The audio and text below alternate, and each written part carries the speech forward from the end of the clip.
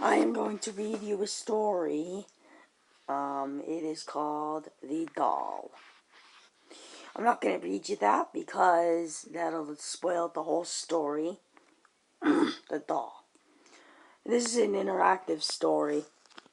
As a single mother, you know how hard it is to look after a 13-year-old girl. Hard but still joyful.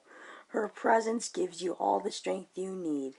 Her name is Lisa. She is a shy girl. She doesn't talk much. You got divorced 3 years ago because he cheated on you with his secretary. Lisa misses her father, but you don't allow her to see him. She adores her father, but you think he is an asshole. Lisa is a special kid. Her teacher once said that she is too intelligent for a girl her age, but you already knew it. Her reactions are unexpectedly mature. She is also hardworking. You expect perfection from her. Her teacher told you that you must take Lisa to a psychiatrist. You will do it soon.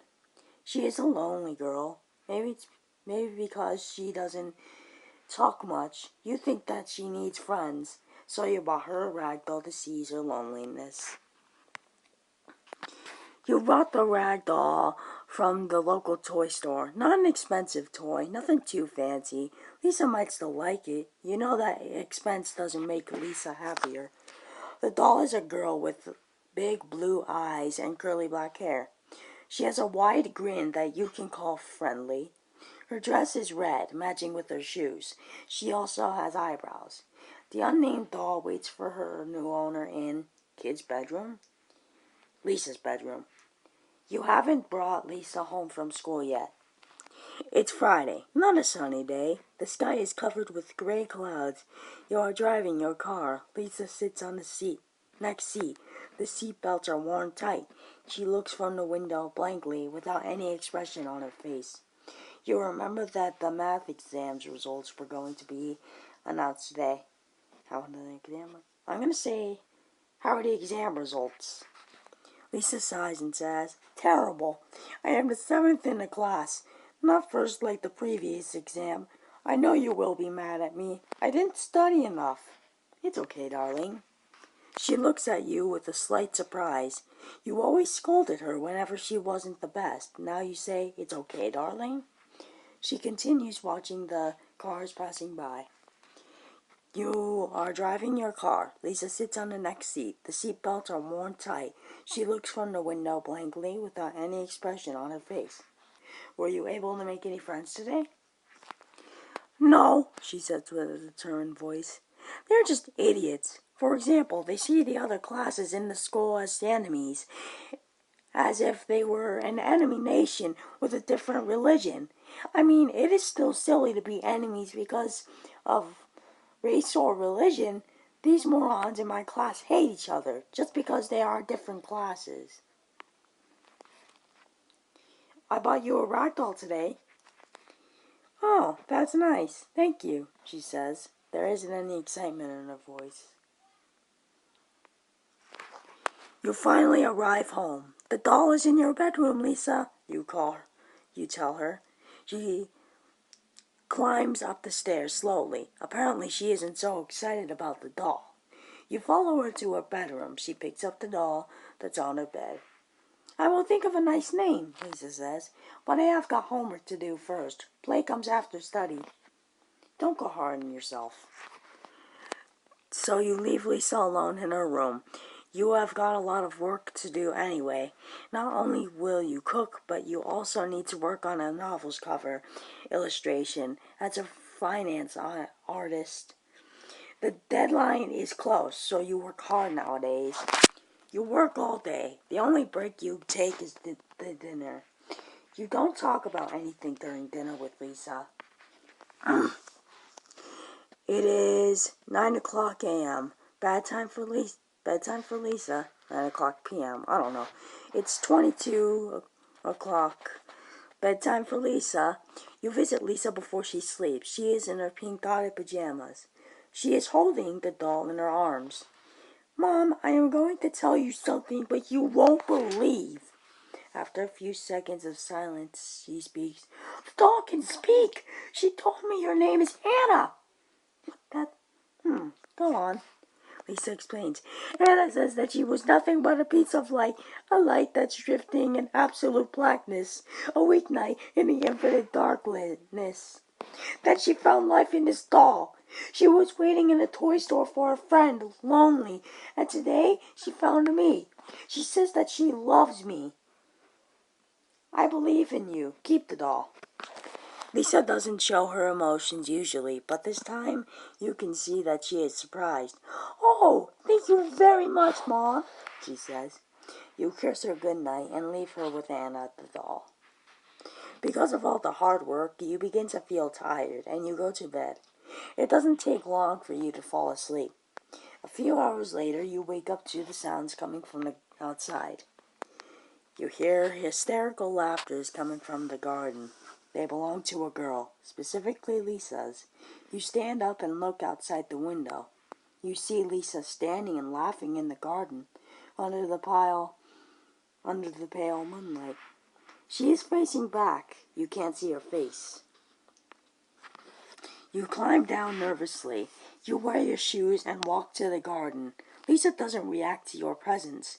You approach Lisa and put your hand on her shoulder. She turns her face to you. It is not Lisa's face. It is not even a human face. The texture of the face is a gray rag. The eyes are quite long, quite big for a human. So is the wide smile. The voice changes. It doesn't belong to a girl now, but a demon. She stares at you and laughs.